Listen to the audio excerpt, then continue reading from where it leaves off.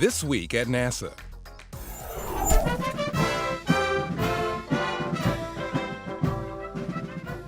Space Shuttle Discovery is now at the Smithsonian's National Air and Space Museum's Udvar-Hazy Center outside Washington, D.C. NASA's most flown shuttle was given the red carpet treatment in a special multi-day Welcome Discovery celebration at the facility, highlighted by a special one-hour telecast on NASA TV. Today, we turn Discovery over to the Smithsonian with great expectation that, as we have always done, NASA will continue to inspire the young people of today and tomorrow to dream of space, to dream of uncovering the secrets of the universe, and take steps to pursue the careers that will make them the exploration leaders of tomorrow. Here's a look at the precise process of getting the orbiter from NASA's Kennedy Space Center in Florida to her new and permanent home at Udvar-Hazy.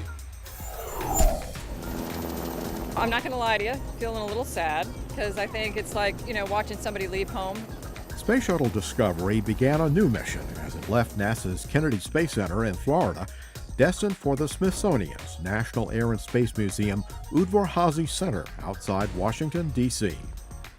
Discovery's flyout from Kennedy on Tuesday, April 17, 2012, began several days earlier when the shuttle, equipped with an aerodynamic tail cone over its three main engines, was rolled out of the cavernous vehicle assembly building for the last time. It was towed about 2 miles to the shuttle landing facility, where NASA's shuttle carrier aircraft, a modified 747, was already waiting. Technicians who had prepped shuttles many times before for cross-country ferry flights once again took their stations inside the mate-demate device at Kennedy to carefully hoist the 83-ton Discovery and place it gingerly on the 747.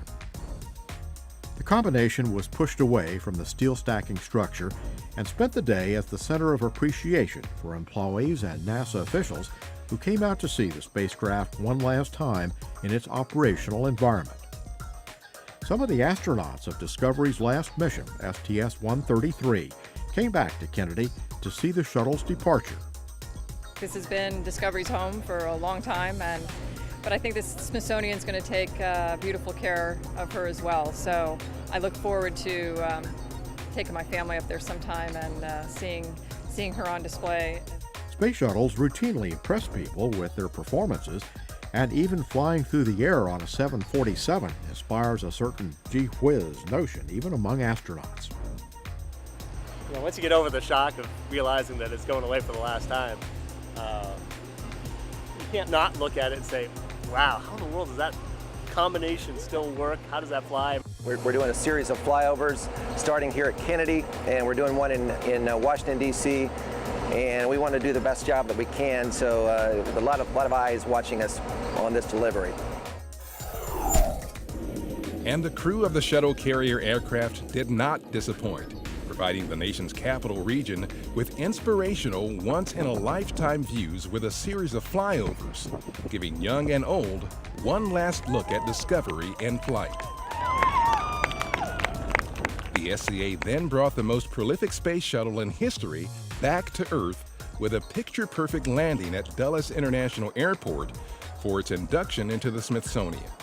For NASA, Discovery on display at Udvar-Hazy is a shining example of past successes that will help the agency continue to build for the future of space exploration. President Obama has set us on a course that will tap into the innovative spirit that has made this a great nation. It will allow us to more fully utilize the International Space Station and to explore farther than ever before with humans, first to an asteroid and then on to Mars. Carrying these astronauts to these beyond Earth orbit destinations will be the Orion spacecraft.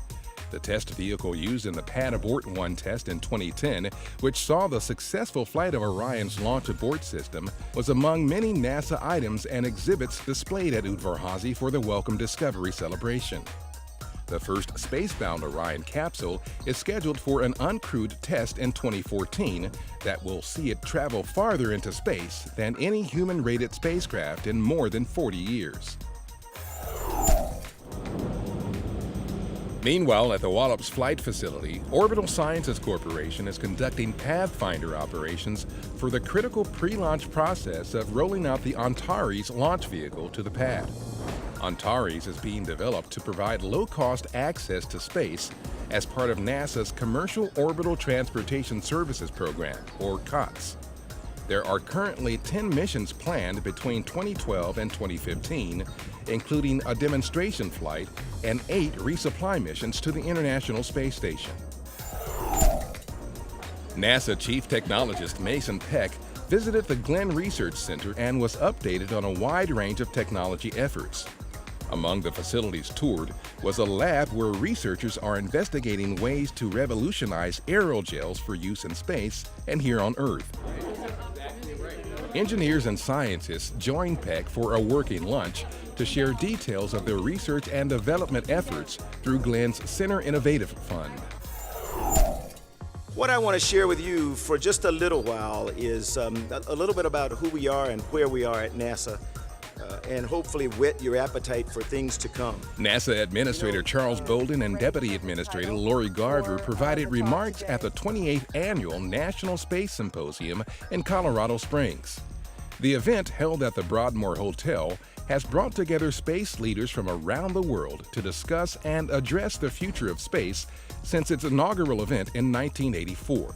Garver participated in a panel discussion titled Space Agency Leaders, the Imperative of Global Collaboration. At NASA, in our 52-year history, we have had over 4,000 international agreements with 120 different nations.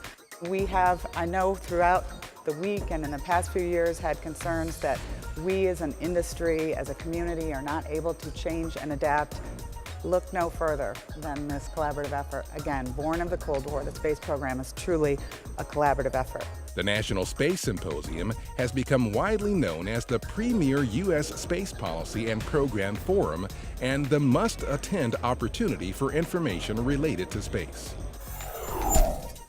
America's space agency has crowned its vehicular engineering victors for the 19th annual NASA Great Moon Buggy Race at the U.S. Space and Rocket Center in Huntsville, Alabama. The team from Petra Mercado High School in Humacao, Puerto Rico, won first place in the high school division, and racers from the University of Alabama in Huntsville, Team 1, claimed the college division trophy. The winning teams outraced more than 80 teams from 20 states, Puerto Rico, Canada, Germany, India, Italy, Russia, and the United Arab Emirates. I think there are a number of reasons that I would consider the Great Moon Buggy Race important. Perhaps foremost for me is just the international competition that it brings, the exposure of our kids, not only here in Huntsville, but kids across the United States who have an opportunity to meet students from other parts of the world. Organized by NASA's Marshall Space Flight Center, the race challenges students to design, build, and race lightweight human-powered buggies. Traversing the grueling half-mile course, which simulates the cratered lunar surface, race teams face many of the same engineering challenges dealt with by Apollo-era lunar rover developers at the Marshall Center in the late 1960s. The winning teams post the fastest vehicle assembly and race times in their divisions with the fewest on-course penalties. The race is inspired by the original lunar rover, first piloted across the moon's surface in the early 1970s during the Apollo 15, 16, and 17 missions. It's wonderful. It's nice being around a bunch of students that are doing the same things we are and been through what we have in the past semester and everything. But just being around engineers doing the same thing we are, being able to relate to them and compete. Competition's always fun. For more information about the race, visit moonbuggy.msfc.nasa.gov. NASA's newest building is also one of the nation's greenest. The agency has repurposed its technologies and incorporated them into a new facility called Sustainability Base. Located at the Ames Research Center at Moffett Field, California, this highly intelligent and intuitive facility can anticipate and react to changes in sunlight, temperature, wind, and occupancy. The building can optimize its performance automatically in real time in response to internal and external changes. it is designed to achieve and is presently under consideration for the U.S. Green Building Council's Leadership in Energy and Environmental Design, or LEED Platinum status, which is the highest LEED rating.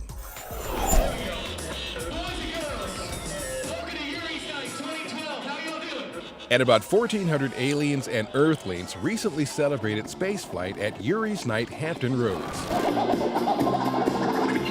The event was held at the Langley Research Center's official visitors facility, the Virginia Air and Space Center.